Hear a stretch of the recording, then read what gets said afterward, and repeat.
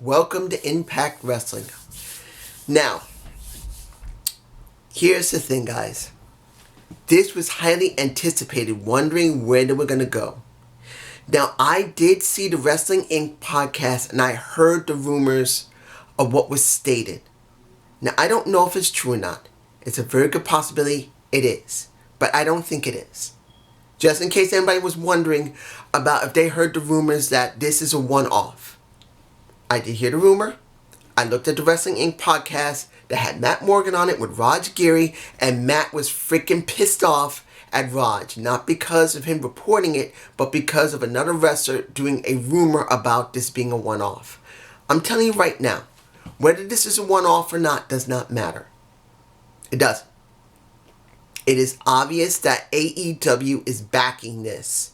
No matter if this is a one-off or if this is going to be an ongoing thing. I hope it's an ongoing thing, and I do believe it probably is. And this is just a rumor that's not substantiated. But I don't know. This is just my point of view of it. I want to get that out of the way immediately, because I'm sure someone's going to say, hey, I heard the rumor that this might just be a one-off match. It ain't going to be leading anywhere. I've heard it. I don't believe it, because it's hard to believe seeing Tony Khan, and you see him in my face, showing up on Impact Wrestling television when he didn't need to, along with Tony Schiavone. Tony Khan, Tony Schiavone, yes, they're showing their show on Impact when they don't even need to, because honestly, and I'm still a fan of Impact, they don't have the numbers of AEW. They just don't even come close. They'll be lucky if they make a tenth of the numbers. They'll be lucky if they got that much. And I'm being honest here, as a guy who does love Impact Wrestling, even with the booking being as bad as it been. I'm just saying it so you guys will know. Now, I'm going to go through most of this. If I do miss a couple of points, I'm sorry, I want to get to the end because I'm anxious to talk about it. Josh Alexander versus Chris Sabin from the Motor City Machine Guns. They're still trying to get back up onto... Let me put it to you like this. Seeing the Motor City Machine Guns not doing a match is okay. Seeing that Sabin won over Josh Alexander isn't 100% bad. But it does worry me hearing that Ethan Page not being able to communicate with Josh Alexander, wondering where they're going with that. Particularly, it's supposed to be an AJ Swoggle. Are you telling me they're making Swoggle into AJ Styles? I'm hoping they're not going there. I hope that's just somebody else. And it's not Swoggle taking on the name of AJ. That would be dumb. I will not agree with it. But you never know. That could have been on Explosion. I just don't know. You guys can tell me below. But it is obvious there was some miscommunications. You got Josh Alexander having a beef somewhat with Ethan Page. This could be the beginning and end with Ethan, like I've been saying. We still don't know if he's still working for Impact or if he's finished his contract and is about to leave. I don't know. Let's move on.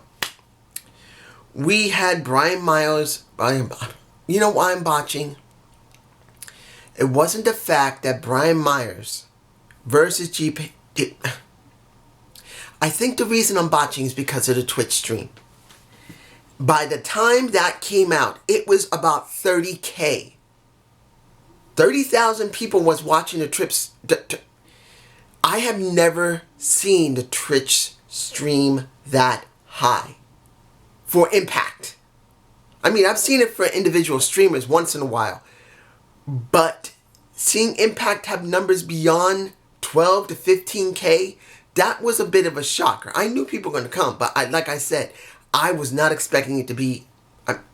I wasn't expecting it to be that high even before then. I thought they would start piling in just before the end of the show, where pretty much that's where Kenny was going to come in. But 30K was very good.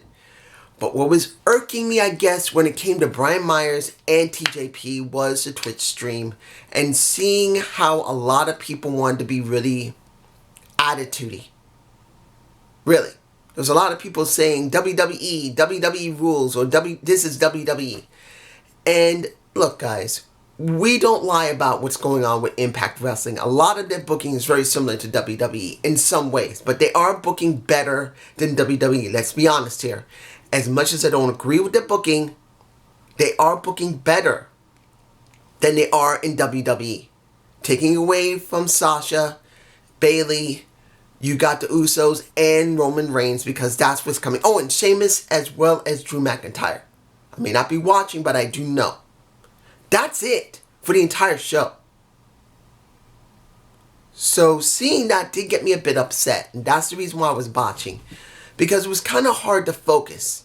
Because I was trying to monitor not only the match and getting shots, well, watching it, but also seeing how the people are perceiving it. Because in many cases, either we got Impact Wrestling fans from years ago, or TNA fans, coming back to seeing the product for the first time in years. Or people who've never seen the product. Or people who've been disenfranchised who just came back. Hell, you might have some WWE people coming in as well. And seeing that did get me a bit upset. But it was still a good match. It wasn't the best match when it came to TJP. Brian Myers, let's be honest, he's not as good of a wrestler. He's not. And after the storyline that was botched when it came to him and Tommy Dreamer, and it should have not gone that way, I have not been too happy with Brian Myers and what they've done with him. Now, seeing that the situation with Rohit Raju is not over, and they're going to be doing something in Final Resolution, which probably is going to be manic. I'm not against it, but I just don't know about it. I just don't know. It could be good, but it might not be. Now, we got Eric Young versus Cody Deaner. Here's the thing. You could put this on Final Resolution, saying that Cody Deaner, who he once was, worked with Eric Young in the early stages of both their careers, and they could have spent over a month building this up to show how important this was for Cody Deaner. Not the fact that he wants to prove that he's not irrelevant, but that was his friend that he loved like family. They could have booked it that way, but they did not. And it does upset me. They're going to go into Final Resolution, or more than that, booking going into Hard to Kill, which it could be booked to go to Hard to Kill. And they could have done something with that. You could have had Joe Doran, dealing with Jake Deaner, Cousin Jake, on Final Resolution, and then do something with those two at Hard to Kill. That would have been great, but no. And this is one of the things that is a very big miss for me personally when it comes to Impact Wrestling. They are booking better than WWE, but it does not mean they're booking properly all the time. Now, of course, you know who won. Of course, you know it was Eric Young. They started doing the beatdown on both Deaners, and then Rhino shows up because Rhino got his butt kicked by them, and you do not see the Heath because supposedly he's still injured. I just don't feel interested in this. I just don't. Because they could have made this about Cody Deaner and Eric Young. Yes, we are doing something with Joe, and we need to make sure Joe is booked properly because it is obvious that Eric is his manager, but you could have done something. You could have built this up. I'm just saying. Now, we had the Tommy situation dealing with Larry D. And you see the Johnny Bravo, and they actually went there. I did not agree with this. I was hoping that they would, and it's still possible that this is someone else. But Larry D is the one who they're pinning this on. That he almost killed a Johnny Bravo. And when it comes down to it simply, you're having Tommy say, I should arrest you now. Give me a reason. And he says, look, I didn't do it. But at Final Resolution, you face me in a match. If you beat me, I'll go quietly. But if I win, you leave me alone. I walk scot-free. And I think that's at least, if this is the real storyline for the JR style of who did it, at least they're ending it with something that makes sense. If the Jekyll and Hyde of Larry D or Lawrence D. It's a situation here. You need to do something about it. You need to have there be a stipulation. Larry D, he's got to face Tommy because he was the investigator. And if he wins, he goes free. If he loses, he goes to wherever jail they're going to do. Maybe it's Wrestle House. I don't know. But that's my feeling about it. That's my point of view. You guys tell me below. The final first round match. I'm going through this quickly. Let's be honest here. I did not believe Deanna Purrazzo, and Kimberly was going to beat Rosemary and Taya Valkyrie. I just did not see it happening. Was it a bad match? No. And Taya is still my favorite wrestler. She's a tall, beautiful woman that can whoop your damn ass and can talk well while doing it. The match was not bad, but it was very predictable. There was no way the others were going to win, even though Deanna Purrazzo is the current Knockouts champion. I didn't expect the storyline for her to be ended yet. With, well, the way they're booking it now, it looks like Su Yung is gone. At least for now. But because she got pinned by Rosemary, now Rosemary has a shot. Now this is, let's be honest, very similar to what the WWE would book. But because this is dealing with, like, in a sense, freaky wrestlers like a Su Yung or Havoc, or in this case a Rosemary, it kind of makes some sense. Kind of. Not saying it's great, but it's kind of making some sense. So at Final Resolution, you got Rosemary versus Deanna Purrazzo for the Knockouts title. Deanna did not want that when she went to Scott DeMont. She wanted justice. Scott gave her justice, saying, you know what, you got your ass whooped. You're a loser. So now, that is how I feel about it. Oh, almost forgot. At one point during the match, my battery died, that's why. At one point during the match, seeing that Kimberly and Taya Valkyrie doing splits and fighting one another, I'm not going to lie, that was kind of cool. That was kind of cool. Anybody else might not feel it being very cool. Particularly, you couldn't get the shot clear enough because I'm not going to lie, not all the time the Impact cameramen or women position themselves properly all the time, but it wasn't a bad show. And it wasn't a bad match. I had to say that. Now, we got the Sammy Callahan segment. Now, I know I could talk about Alicia dealing with, well, look. When it comes to the Neil Dashwood and Caleb with a K, I'm going to leave that alone because I don't know where they're going with that. So I'm not going to talk about that. But I am going to talk about them trying to put over Sammy Callahan. Now, look, you guys know how I feel about what happened with Sammy. Sammy has been screwed for months. He has been booked poorly. He's been screwed for months. And to be honest, I have not been happy about it at all. It does not make me happy to see Sammy being booked so badly. Particularly, he literally bent his butt over backwards for a Tessa Blanchard, who basically left the company in a lurch. Let's be honest. They fired her because she refused to do her job. Now, if she had her reasons, fine. But it did hurt Sammy. And since then, Sammy has done nothing but float. Now here, the problem here is they're rehashing the very thing that really made him famous. And that's Eddie. Getting Eddie whacked in the face by his own bat by accident. And they showed it. They showed him whacking Eddie in the face. Now, I'm not against that. It's actually a wise thing to do. You're now putting this out so people will know who Sammy Callahan is. Sammy Callahan has to be noticed. If Impact Wrestling is working with AEW, and this is not a one-off, like I said in the beginning of this review. If Impact Wrestling is working with, I'm hoping it's true that I'm right. I'm hoping it's true that AEW and Impact are working together. I'm hoping they are. But they just had 50K people. By the time this happened, this was almost 50K. No, it was 45K. on just Twitch alone. I don't even know what it was like for Access TV. I am definitely sure hundreds of thousands of people looked at Access. On just Twitch alone, it was at nearly almost 50K. No, was it 50 or 45K? 45 to 50K. Somewhere around there.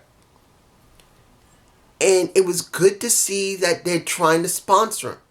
But as someone who's watched Impact for all this time, he is still pretty weak. Now, of course, Alicia comes out. She's angry because he whacked her wife. I guess the reason I'm botching here is I don't want to see rehash between him and Eddie. I'd rather see him in the main title scene and built up properly. Instead of that one-off match he had with Rich before, I'd rather see this being built properly, and it's not. So now you have them both facing one another again. And I don't agree with it. I just don't. It's not that Eddie cannot pull it off. It's not that Sammy can't pull it off. And hell, Alicia can work in there. Alicia's not one of the greatest talkers. She's just not. And she's not great when it comes to doing a story. But it is what it is. And finally, the last part of Impact. If I'm forgetting anything, I'm sorry. I gotta talk about this, hopefully before my battery dies, because it seems like I charged my batteries. That means they're dying on me. I'm gonna have to change out my battery. But the all part of the plan. That's the best title for this. When it comes to Kenny Omega, Don Callis, calling in. And the thing that gets me, they just hinted what they're about to do when they had Rich Swann try to go to the outside and he's being told, nope, you can't go out. You're not the champ. The real champ is AEW. So now we're having this. And it looks like they're going down the route of like a Austin Aries who is collecting all the titles. Remember, guys? Years ago, Austin Aries going to different promotions, collecting titles left, right, and center. Maybe we're getting a Kenny Omega trying to do this. And that's what I think this is what this is coming down to. When it came down to this entire interview, this was about Don explaining that the Sheik was Kenny's uncle. And at 10 years old, he met Kenny. And he's been watching out for him just like the Sheik, who is his teacher, his mentor, as well as his manager, watched out for him. This was good. To explain how the situation was great. This is what was needed for Kenny Omega and Don Callis. It was required to hear how they have their connection. Now, of course, there's a lot of people know that out there, but not everyone does. And seeing this here was good. Seeing that they planned this years in advance, supposedly, that Don came back from working basically corporate to come back into wrestling and to help out the business. But the business was about his nephew, his mentor's own nephew that he considers a nephew that he loves.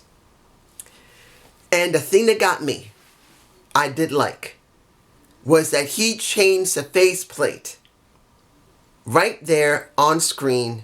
They zoomed in on, I don't have that shot. And then they messed with Josh Matthews, which I think some people are going to enjoy because not everyone likes Josh. A lot of people do not like Josh because he's a pain in the ass. And like I said, make him a manager, work with his wife, and do something different. Get off commentary for a little while to give us a little refresher. Give us something new. But they haven't done it yet. That's just me.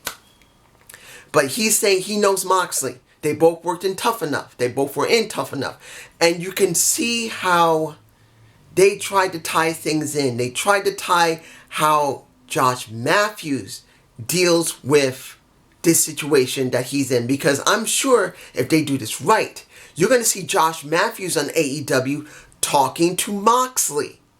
Even if you don't like seeing Josh, seeing him dealing with Moxley may actually make this more personal. Because they supposedly knew one another during the time in Tough Enough. This building into a situation where it looks like a Kenny Omega wants to start collecting titles. Maybe he'll start collecting a New Japan Pro Wrestling title. He will collect the NWA title. Maybe he's going up against Nick Aldis. I've been saying this, if you guys haven't heard me. Nick Aldis. Seeing him go on AEW. And representing be on AEW, and representing the NWA will really be good, particularly now that they restarted NWA on YouTube as NWA Shockwave. And if you guys want me to do reviews of it, tell me below. Hopefully my battery doesn't die before this. But when it comes down to it, guys, this, if it's a one-off or if it's a continuous thing, at least right now, is a very good thing for Impact Wrestling. It was what was the number? 53K on Twitch. And as I'm watching the matches, I see people subscribing through Twitch Prime or just basically subscribing to Twitch. Impact has been needing some reason to have eyes on the product for so long. And I'm not saying the booking's going to get better. I'm not saying the storytelling is going to get better. I'm hoping it will. But they needed something. And now, if this is going to be, and I don't believe it's at Retribution, this could be at Hard to Kill. This might be at Hard to Kill. Or this could be on AEW, which I really do believe putting the match of maybe Rick Swann versus a Kenny Omega on AEW's television, maybe a pay-per-view, would be incredibly important for Impact Wrestling because they've been needing eyes on their product for so long. They're not on Spike anymore. They're not on Destination America. They have been wandering around for years with nothing, and this could be their best shot. But this is just my point of view. You guys tell me below how you feel. And I don't ask for this often. Give me a like if you could. If you will, as Dusty Rhodes say, give me a like if you will. Just so maybe people will see me. Because they rarely see me, and I'm not making no money about this. I just hope I'll make people happy, you know? I know how hard it is out there. I'm still feeling stress. And I'm hoping maybe this video will make people happy. Have a good day. I boxed so damn much. Peace.